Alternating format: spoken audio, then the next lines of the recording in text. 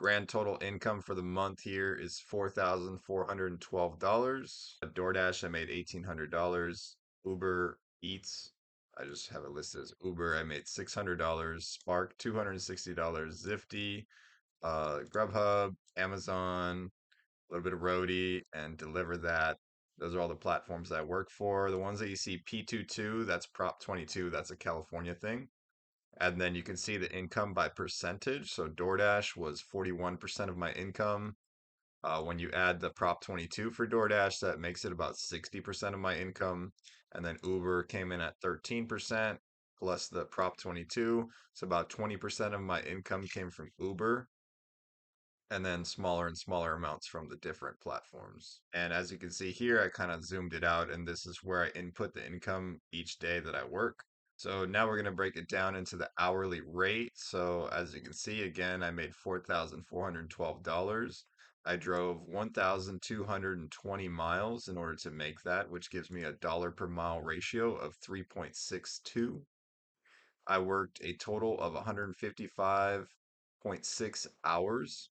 So some of these estimations of fuel maintenance and depreciation aren't perfect. I'll show you a better breakdown in a second, but the gross hourly rate, which is just the income divided by the number of hours that I've worked, is $28.35, a little bit lower than my previous month, unfortunately, but that's just how it goes. So to give you a better estimate of what the costs look like in order to complete these deliveries, I basically amortize my expenses. That's not really the perfect word for that, but basically, I didn't spend any money in maintenance for this month, but I still set money aside for it because maintenance is going to happen. I'm going to need to change my oil. I'm going to need tires eventually.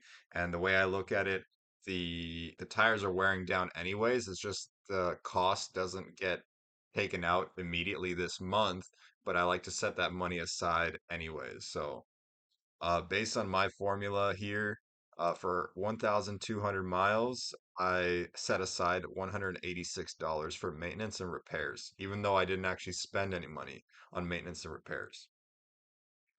For depreciation, or in order to account for the fact that my car is not going to last forever and eventually I'm going to need to replace it, I set aside $66.42. Okay, so then if we focus on this calculator right here, I inputted my gross revenue. I set money aside for TurboTax. I had, car wash subscription or whatever, a secondary phone, a utility app, Gridwise, and then let's see, so a little bit more for maintenance and things like that. Again, I didn't actually spend any money on maintenance this month. I just set money aside for maintenance. Gas, I put 160 even. I spent 134, but I still need to fill up. I like to fill up when the new month is like coming in. That way I can kind of like separate how much gas I've used on the last month versus this month. So I personally put aside 20% of my income for taxes. So that's $882 that I set aside for taxes.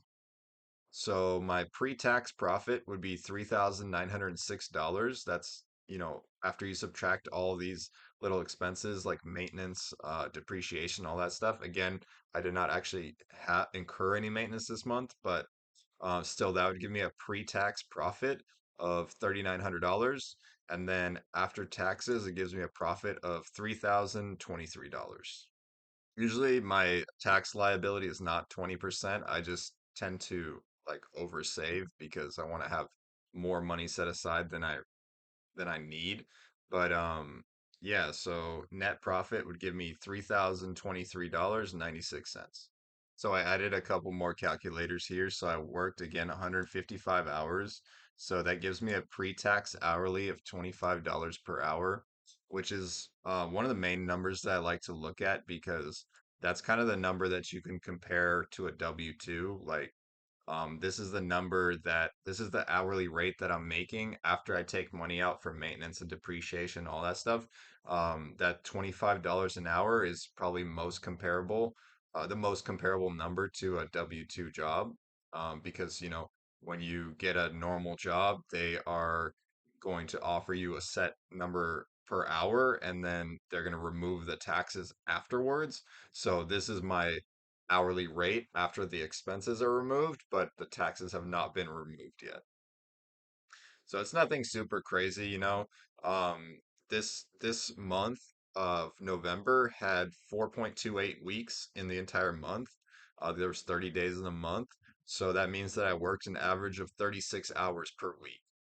So I added some more numbers just because I feel like a lot of people are always kind of curious, like what it would be like to burn the candle at both ends and see just how much you can make. So um, I made a hypothetical scenario of if I worked 60 hours a week for the entire month. And then, so in that scenario, I would gross about $7,300 for the month, which would give me a net profit of $6,400 before taxes. And then, assuming a tax liability of 16% relative to gross revenue, that would cost me about $1,100 in taxes, which would give me a net total of $5,300, which is about like, like a $2,600 paycheck every 2 weeks if you wanted to compare it to like a W-2 job. But again, that would be working 60 hours a week, and that's not really something that I want to do. So, and just because I'm just curious, if I were to work 80 hours a week, I wonder. Yeah, so if I were to work 80 hours a week, which you could technically do, you could gross $9,700. You would net 8,600. You would pay $1,500 in taxes. Your tax liability would actually probably increase a little bit, but that would give you a net of $7,000 per month if you were willing to work like all day, every day. But yeah, keep in mind, I've been doing deliveries and gig work for like over 9 years, and I'm in California, so it's not the same as everywhere else. So don't expect, like, if you see this video, don't expect that you're gonna make this much. You might actually make more than me. You might make less. It totally depends on your situation, what apps you're working for, just how well connected you are to other drivers to be able to learn like what's the best strategy for your area or whatever. I'm sure people with like cargo vans and like, whatever, there's people that are making more than me. And of course, there's going to be people that are making less than me. But that's just what I made working for those apps. And that's just kind of my recap for the month of November. And that's it. See you later.